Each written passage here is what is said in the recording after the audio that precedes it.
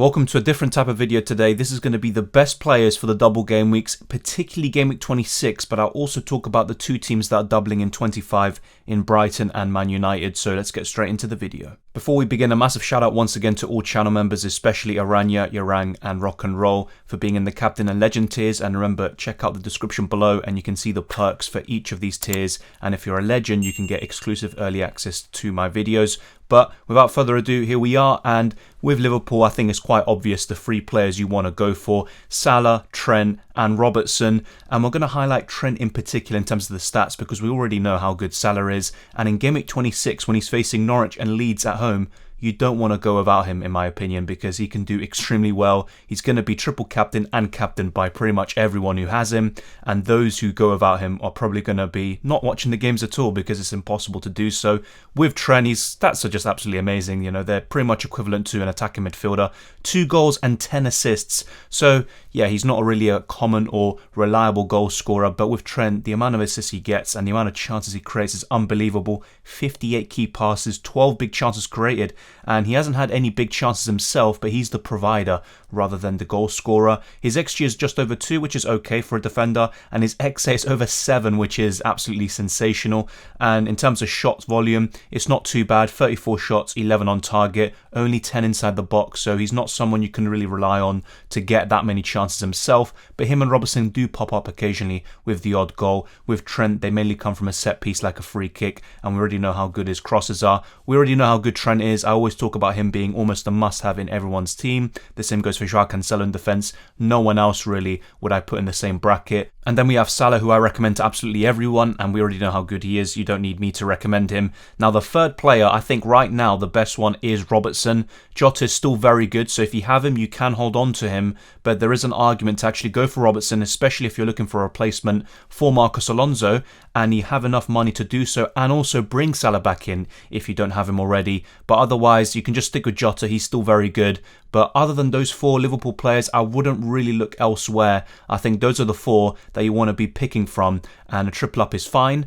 And the COVID situation should be a bit calmer now, so fewer postponements. So having a triple up in a team as good as Liverpool with those fixtures and that double game week is actually looking pretty enticing. The only thing I would say is that in game week 27, Liverpool do blank. So just be prepared to bench these players when the time comes. And it might save you the free hit potentially, which you could use in game week 30, game week 33, or another game week. There's going to be a chip strategy video out as well very soon, so stay tuned for that. But Trent, Jota, Salah and Robertson, they're all very good. If I had to pick 3, it would be the 2 fullbacks and Mohamed Salah, of course. Next up, we have Man United, and they just lost to Middlesbrough at home in the FA Cup on penalties. I still think Bruno's a good option. He did get an assist in that game, but he also missed an open goal. Now, that doesn't mean he's suddenly a bad option, and in terms of the 3 I would go for, it is David De Gea, Bruno and Ronaldo. But if I'm being completely honest, unlike Liverpool, I wouldn't look to triple up on United. If anything, a double up at the very most. Right now, I currently have Ronaldo and De Gea, but Ronaldo's recent form does leave a few questions. You know, he hasn't been good at all. He even missed a penalty against Middlesbrough. And Bruno Fernandes is the standout, as I've discussed in the last few weeks. He proved that in the double game week they had recently. He was very fortunate to get a huge haul in that game, but Bruno has that quality to sometimes pop up when needed. Will Ronaldo play both games? Who knows? That's kind of an enigma in itself, but Ronaldo's just been very poor recently. But Bruno Fernandes is the main one I'd highlight. I think De Gea is a very good and solid option, and I always talk about the same 4 goalkeepers, so I'm not going to do the same thing in this video. But Bruno Fernandes, I think, is the one worth highlighting. His stats are pretty decent. His XG and XA are fairly decent, over 4 and 6 respectively. 6 big chances and 10 big chances created, and 57 key passes, which is 1 less than Trent, who obviously is a fullback. 7 goals and 5 assists in 21 games, and decent shot volume, 19 shots in the box. So decent stats overall. If you are in a position where you had no Man United attackers, then I would go for Bruno Fernandes, but at the same time, I would not be going out of my way to get him in. And remember, in game week 26, they do face Leeds away, but the double that we're mainly talking about is game week 25. So Man United and Brighton, both of them are featuring in this video because they have a double in 25, but the main focus is on the game week 26 players. And honestly, with Man United and Brighton, you can actually do without them, especially with the form that United have been showing recently. Next up is Arsenal, and the 3 main players I highlight here are Aaron Ramsdale, Bukayo Saka and Kieran Tierney. There's also a few others like Martinelli that could do very well for you, but on the whole, really, you're just looking at Ben White, Tomiyasu as a budget option perhaps, and with Arsenal, and I said this in my last video as well, Yes, they have a double game week in 26, which is fairly appealing, but that Wolves fixture isn't that great anyway, and they do have blanks in game week 25 and 27, as well as a tough fixture away against Wolves in game week 24. So I don't think you have to go out of your way to get Arsenal players in, but if you have Ramsdale or maybe a Saka,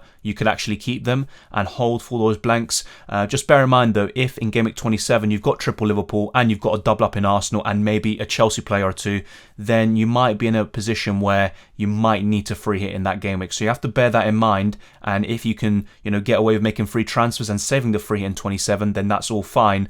But I don't think it's a good thing to kind of force yourself to use a chip in game week 27. You want to kind of open up the possibilities and see what happens. If you have 2 free hits, then I don't think it's necessarily such a problem. But if you only have 1, I probably wouldn't be looking to use it in game week 27 if possible. But once again, that's a team-dependent question, and it's very difficult to answer for every single one because different things and factors apply. Now, with Bukayo Saka, he's the main one I'm highlighting right now in terms of the stats, and his XG and XA are fairly similar, just under 5. A big chances 6, same with big chances created, so fairly equal in terms of goals and assists this season. 6 goals and 5 assists, decent shot volume with 46 overall, and in 21 appearances, he's very crucial to Arsenal, and Arsenal have a lot of games in hand, so I think that will be a good thing in the long term. Saka could be a nice 4th or 5th midfielder for you, and Ramsdale for me is probably the highlight or the main player I'd go for in Arsenal. And Tierney's also very good. He is injury prone, but hopefully he can stay injury free, and then maybe you could consider another midfielder like Smith Rowe, Martinelli, or maybe even Odegaard, but I would try to avoid all of their strikers like Lacazette. He did very well for me when I brought him in for a 2-game week period, but I still wouldn't recommend him in general, and you always have the budget defenders like Ben White and Tomiyasu, as I alluded to earlier. So Arsenal, good options, some very good fixtures in general. A lot of blanks though in 25 and 27, but a lot of games in hand. So there's quite a lot of pros and cons for these Arsenal players, but at the same time, I wouldn't be going out my way to get them in. Here we have North London rivals Tottenham, and we've got Son, Kane and Davis as the 3 highlighted players. Now normally I would say Reguilon, but he's kind of been in and out of the side, so I can't really justify spending over 5 million on him when you can get Luca Digne, who's going to have doubles in the future, or maybe someone else like a Connor Cody. So with Spurs, I would go for these 3 perhaps, if not go for Eric Dyer instead of Davis. Dyer is very nailed, and with Romero coming back, then perhaps Davis's place is under jeopardy, so Dyer could be the safer option, but Davis arguably has the better upside. Now Son and Kane are kind of, out of the equation, they're out of the discussion. They're obviously going to be the standouts for Spurs every single time, and Kane has been showing some very good form recently. Son for me is still the standout though. I think he offers better value than Kane. He's over 2 million cheaper. His stats across the season are decent. I always talk about Son in these kind of transfer tips videos, and the stats are decent, but with Son, he's just so clinical that it doesn't really matter. But 8 goals and 5 assists, 44 shots, 28 inside the box. His XG is over 7, his XA is exactly 4, 12 big chances and 4 big chances created, and we all know how good Son is, probably one of the best wingers in the league. So yeah, a lot of good fixtures in there. Southampton, Wolves at home and Burnley away. Even though that Wolves fixture is arguably tougher than it looks, Man City away though is very tough. And what I would say about Spurs assets, I wouldn't look to triple up on them and maybe even double up, because that double in 26 isn't anything special. Burnley and Man City away, and if you're looking at those defenders, are they really going to keep a lot of clean sheets in these games up until game week 28? Maybe not, and I think the bulk of those clean sheets and good defensive performances came when Conte had that very good run against easier teams to really keep those clean sheets in. But against Southampton, you could argue a clean sheet is possible there, but I would mainly target their attackers, and if I had to pick one, it probably would be Heung-min Son, who I think is just a great option up until the end of the season. Spurs still have some games to be rescheduled, so Son is the standout, and if you're looking for another one, then perhaps go for Kane, and then maybe look towards their budget defenders like Dyer or Davis to complete your Spurs lineup. Here we have the final team for Game Week 25 that have a double in 25 in Brighton. So Robert Sanchez, Cucurella and Maupay are the 3 players I'd recommend the most. There's also Trossard and maybe Lamptey. But the thing with Lamptey, I always talk about this, he's injury prone and his minutes get managed very heavily. So I always try to stay clear. I prefer Cucurella there. I've got him myself. But Robert Sanchez is probably the best value for money in the whole Brighton team. Then you also have Maupay up front. If you have him, I'd keep him until Game Week 28. And I talked about this before in transfer tips videos with Maupay, who actually I talked about holding. So it's very surprising, but you have to be open-minded sometimes. In terms of Robert Sanchez, he's kept 6 clean sheets this season, which is in line with the expected clean sheets of 6.66. Then we got big chances conceded, 31, and an XGC of 26. So Brighton are decent defensively, And maybe you could say last season they had better stats, but this time they may be translating them more into actual results. Now, the fixtures are fantastic up until Game Week 28. You could argue that Man United away fixture isn't great, and the Game Week 25 double of Man United and Watford, is pretty decent with the Watford fixture, but there is a blank in 24. So with these Brighton players, I wouldn't bring them in right now, but perhaps in Game Week 25 you can bring one in. But for the max, I'd be considering is 2 Brighton players, and if anything, 1 is enough, I think. So it's Robert Sanchez, Maupay or Cucurella, you name it. I definitely wouldn't look to double on Brighton's defence. I've seen some people doing that. 1 is enough. Maybe go for Maupay as well, and there you go. Trossard is still a decent option at times, but he's just far too inconsistent. I brought him in at one point chasing a double game week, and it didn't pay off for me. So one piece of advice I talk about with all of these players really, and in terms of double game weeks, be careful with chasing too many of these double game week players. Sometimes the single game week ones are actually even better, especially in these double game weeks. So just bear that in mind, but Robert Sanchez for me is the standout from Brighton. I'll be honest, Watford have some pretty decent fixtures in the double, but Watford are very poor themselves. They do have Roy Hodgson now. We haven't seen how they will play under him. Actually, at the time of this recording, Watford haven't played their second game yet against Burnley in Game Week 23, so let's see how that pans out. Dennis is still the stand-up for me, if I'm being completely honest, but there is Joshua King, there's also Ben Foster or Backman, whoever starts in goal, and honestly, other than that, I wouldn't really consider anyone else other than João Pedro. Watch out for him. He might actually be a better option than Joshua King, but to be honest, none of these players are reliable.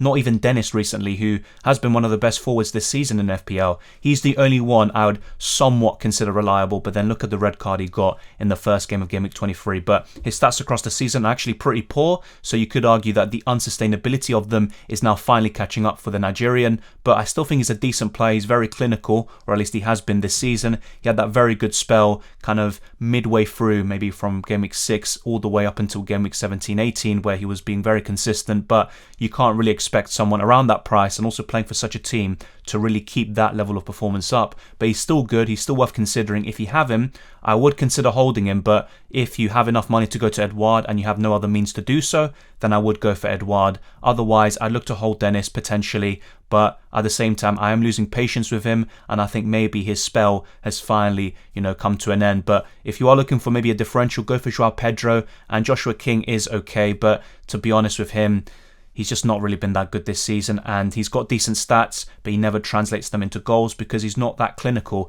And then those goalkeepers you're looking at, Backman and Foster, they're not going to keep clean sheets really, unless Roy Hodgson, suddenly makes them such a defensive, solid unit, maybe like with Crystal Palace as he did in the past, but I'm not too sure about that. So with Watford, really, it's just Dennis that I would consider, and even then, he is on the chopping block. We're approaching the final teams, and with Crystal Palace, we're highlighting Edouard, Gallagher and Olise. Now, I talked about this in my last team selection video. Gallagher is actually unavailable against Chelsea, so he doesn't have a double game week. He only faces Watford away in that double, which is actually pretty decent, but Edouard is the main one I'd highlight right now. I think in terms of wildcard teams, he is the first name on the team sheet up front, and he's actually a pretty good option, around 6.5 million. Olise is kind of your differential that you could pick, but then there's also Tyreek Mitchell or another cheap defender, but I don't trust Crystal Palace enough to really go for their defenders, and in terms of their midfielders and strikers, that's where the bulk of the points have come from. So Gallagher is still long-term probably the best option alongside Edouard, but I think with that double against Chelsea, which anyway, most of these Palace players will probably blank, you could think, but I would probably go for Edouard right now. Having said that though, Gallagher and Edouard, both of them are very good. And other than that, I probably wouldn't really consider anyone else. Not even Olise, who's a very good player and he's showing a lot of promise, but he hasn't really shown that FPL consistency, and a lot of that has come down to the lack of minutes and starts he's got. So I would expect him to start more. That could also impact Conor Gallagher and his performances FPL-wise. So maybe right now, let's not really overcomplicate it and just go for Edouard. If you had to pick one, his stats are decent, 6 goals and 4 assists. He featured in my last transfer tips video where I talked about buying him, and for time he's been showing some consistency. I was asking that from him and he's doing it, so you can't really complain. All the signs are there. Good fixtures for Palace, arguably up until the end of the season. An XG of over 6, 11 big chances. That's the key stat there for such a cheap player. I think Edouard is probably the one you want to get. This might seem a bit boring with Wolves, but I always recommend the defenders. So Cody, 8 Nuri, and then you have Jose Sa. But you know what? With Saiss coming back from the African Cup of Nations, I probably would look to get him in, maybe even over Aït-Nouri and Cody. I know he's a bit more expensive, but he's got that attacking threat, and he's just a very good defender as well, and he's very nailed. You can't really question how nailed he is. The same goes for Conor Cody, arguably. Jose Sarr in goal has been one of the best, if not the best goalkeeper this season, so I think he's out of the debate. He's always going to be in here, and the other two I would recommend the most is Cody and Saiss. But if you're looking for a cheap defender who could be nailed if he can win that spot from Marcel permanently, Aït-Nouri at 4.3 million might offer you the best value in the game. So all of those players would offer you good value if they do start, and you would expect that for Saiss, Cody and Jose Sarr. We're highlighting Cody here, and his XG and XA are nothing special. If you compare those to Saiss, now those will be significantly better, and I think Saiss is the main one we want to target here. So Romain Saiss, he would be the main guy, and now that he's back, we can finally consider him and maybe get him in for our teams. He could be a good Marcos Alonso replacement. I know a lot of you are in that situation where you're looking to get rid of the Chelsea fullback. I'm probably going to look to do the same thing, and Saiss is actually someone worth considering. With Burnley, I'll be honest, they've got quite a lot of unscheduled fixtures, and they do have a double. They've got so many games in general, but I'm not really a big fan of their assets. Cornet could be the main guy. Then you've got Nick Pope and Lowton, but Cornet is really the main one. I don't trust Burnley defensively this season, and now with their new signing Weghorst, I think he could be really good. So Weghorst and also Cornet, they would be the two main ones I'd recommend. Now we're looking at Cornet here, 6 goals in 10 appearances. That's very good return. He's even scored an amazing free kick. He can score goals from outside the box, and he's been very clinical. I mean, he's only had 17 shots, 11 inside the box, an XG of just over 2, and he's got 6 goals. That's a massive overperformance. Only 2 big chances, and he's created 1 big chance himself. So these stats are just not good at all, if we're being completely honest. But I do like how clinical he is. I think he is the pick of the bunch until the signing of Weghorst. I think he could actually overshadow him, and his record in the Bundesliga has been fairly impressive. So keep an eye on Weghorst if you're looking for a cheap striker, maybe to couple or partner Edouard. That could be something worth looking at, and Cornet in midfield is looking pretty decent, but the stats are very unsustainable. The final team we're covering that have a double game week in 26 is Leeds United, and honestly, just like with Watford, I'd only really highlight one person, and that's Rafinha here.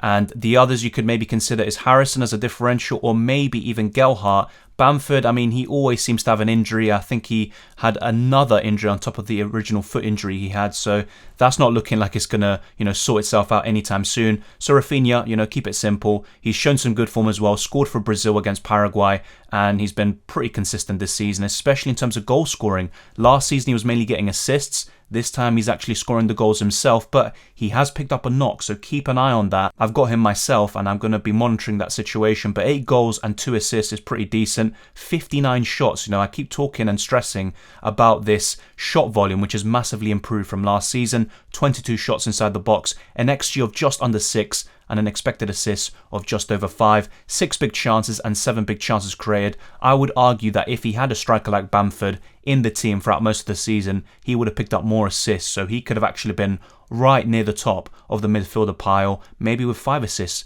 You never know, but I think Rafinha and Bamford are a very good partnership.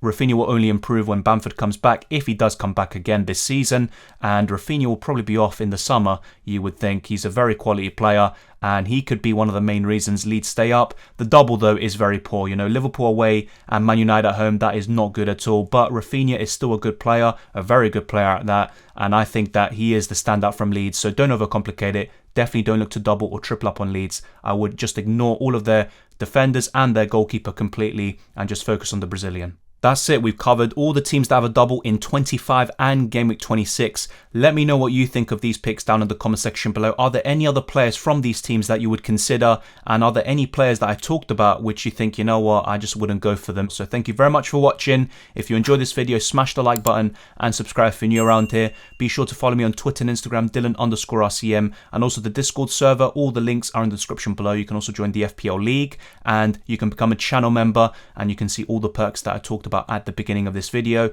Thank you very much. We're almost at 10,000 subscribers, so any like, any subscription would be massively appreciated, and good luck for Game Week 24 and the rest of Game Week 23, which will be completed by the end of today, and I'll see you next time.